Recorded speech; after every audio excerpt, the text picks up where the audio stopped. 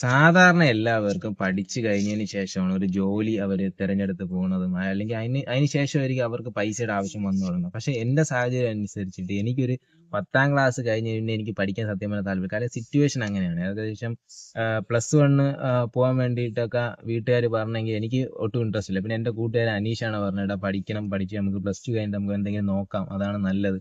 അപ്പോഴത്തേക്ക് ഞാൻ പറഞ്ഞ ആളെ എനിക്ക് ഈ പഠിത്തമൊന്നും സെറ്റ് ആവത്തില്ല. കാര്യം 10 പഠിച്ചുകൊണ്ടിരുന്ന സമയത്ത് തന്നെ എനിക്ക് മനസ്സിലായി പഠിത്തം ഞാൻ പഠിച്ചിട്ട് എടുത്ത് എത്താൻ പോണില്ല എന്ന് എനിക്കറിയാം. അങ്ങനെ ഞാൻ നേരെ അവൻ പറഞ്ഞതിന്റെ പേരിൽ ഓക്കെ കളി അങ്ങനെയാണെങ്കിൽ നമുക്ക് പോവാൻ പോയി. ആ സമയത്ത് അലോട്ട്മെന്റ് ഒക്കെ വഴിയല്ലേ സ്കൂളൊക്കെ കിട്ടുന്നത്. അപ്പം ഞാൻ ആദ്യമേ അവൻ്റെ അടുത്ത് പറഞ്ഞ കളിയാ എനിക്ക് ഇതിനെപ്പറ്റി ഒന്നും അറിഞ്ഞുകൂടാ. അപ്പൊ അവനും പറഞ്ഞിട്ട് എനിക്കും അറിഞ്ഞുകൂടാ, നമുക്ക് അവിടെ പോവാൻ, പോകുമ്പോൾ കുറെ ആൾക്കാർ വരുമല്ലോ, അവരെന്താണ് ചെയ്യണം നോക്കിയിട്ട് നമുക്ക് അതേപോലെ അപേക്ഷിച്ചിടാന്ന് പറഞ്ഞു. അങ്ങനെ അവിടെ വന്നവർക്കും സത്യം പറഞ്ഞാൽ പലതും പല കാര്യങ്ങളാണ്. പിന്നെ അവരെ പോയി അവിടെ വന്നവരുമായിട്ട് കമ്പനി അടിച്ച് നമ്മളും അവർ ചെയ്ത മാതിരി നമ്മളും അതേപോലെ അപേക്ഷിച്ചിട്ടായിരുന്നു. പിന്നെ അങ്ങനെ ഒരു അലോട്ട്മെന്റ് ആയി, 2ആയി, 3ആയി, 4ആയി, 4 അലോട്ട്മെന്റ് ആയിട്ടും സത്യം പറഞ്ഞ സ്കൂൾ കിട്ടിയില്ല. അങ്ങനെ പഠിക്കണം എന്നുള്ള ചിന്ത ഓട്ടോമാറ്റിക്കലി അവിടെ നിന്ന് പോയി. എന്നിട്ട് അവൻ പറഞ്ഞിടാ അങ്ങനെയാണെങ്കിൽ നമുക്കൊരു കാര്യം ചെയ്യാം, സ്കൂൾ കിട്ടിയില്ലല്ലോ, നമുക്ക് പ്രൈവറ്റ് ആയിട്ട് പഠിക്കാമെന്ന് പറഞ്ഞു. അങ്ങനെ പിന്നെ നേരെ പ്രൈവറ്റിന് വേണ്ടിയിട്ട് പോയി. പ്രൈവറ്റിന് പോയ സമയത്തേക്കാണെങ്കിൽ പ്രൈവറ്റ് ഞാൻ അവനും കൂടെ ജോയിൻ ചെയ്തായിരുന്നു. കാട്ടാക്കടയാണ് ജോയിൻ ചെയ്തത്. അങ്ങനെ ഒരു കുറച്ചാൾ കഴിഞ്ഞപ്പോൾ എനിക്ക് വലിയ ഇൻട്രസ്റ്റ് ഇല്ല.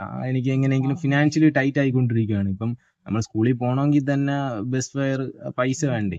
അതുപോലെ അങ്ങനത്തെ സിറ്റുവേഷൻ ആണ്. എന്നും നമുക്ക് ഒരാളെ ഓസി ജീവിക്കാൻ പറ്റൂലല്ലോ. അങ്ങനെ ആയപ്പോഴത്തേക്ക് എൻ്റെ ഒരു മാമന്റെ കൂടെ ഒരു ദിവസം ഒരു അക്യൂർത്തി പോയ സമയത്തേക്ക് അവിടെ ഒരാളെ വേണമെന്ന് ഇങ്ങനെ പറഞ്ഞായിരുന്നു. ആ പുള്ളിയാ പറഞ്ഞു, ഓണർ പറഞ്ഞു. അപ്പോഴത്തേക്ക് ഞാൻ പറഞ്ഞു വേറെ ആരെയും നോക്കണ്ട, ഞാൻ തന്നെ വരാം, എനിക്ക് എന്തായാലും പോക്കറ്റ് മണിയുടെ ആവശ്യമുണ്ട്. അങ്ങനെ ഞാൻ നേരെ ഈ മാമൻ പറഞ്ഞാണ്, എടാ അങ്ങനെയാണെങ്കിൽ നീ പോവല്ലേ, കാര്യം പഠിച്ചുകൊണ്ടിരിക്കുന്ന സമയത്ത് കയ്യിൽ പൈസ വന്നു കഴിഞ്ഞാൽ പിന്നെ പഠിക്കാൻ ഒരു ഇൻട്രസ്റ്റ് കാണത്തില്ല എന്ന് പറഞ്ഞു. ഞാൻ അതൊന്നും കാര്യമാക്കില്ല, ഞാൻ അങ്ങ് പോയി. അത് ഒരു കണക്കിന് അത് ശരിയാണ്. പിന്നെ കയ്യിൽ പൈസ വന്നതിന് ശേഷം പിന്നെ പഠിക്കണമെന്നോ അല്ലെങ്കിൽ എന്തെങ്കിലും ഒന്ന് ആവണമെന്നോ എന്നുള്ള ഒരു ചിന്തയില്ല. എങ്ങനെയും പൈസ ഉണ്ടാക്കുക. കാര്യം രാവിലെ പത്രം ഇടാൻ പോകും, പത്രം ഇടാൻ പോയിട്ട് കിട്ടുന്ന 50 അല്ലെങ്കിൽ 100 രൂപ, ആ പൈസ നേരെ കാപ്പി കുടിക്കുന്നു, നേരെ ഇവിടെ വരുന്നു, ഇവിടെ നിന്ന് കിട്ടുന്ന പൈസ കൂട്ടി വെച്ച് എന്തെങ്കിലും ചെയ്യാം.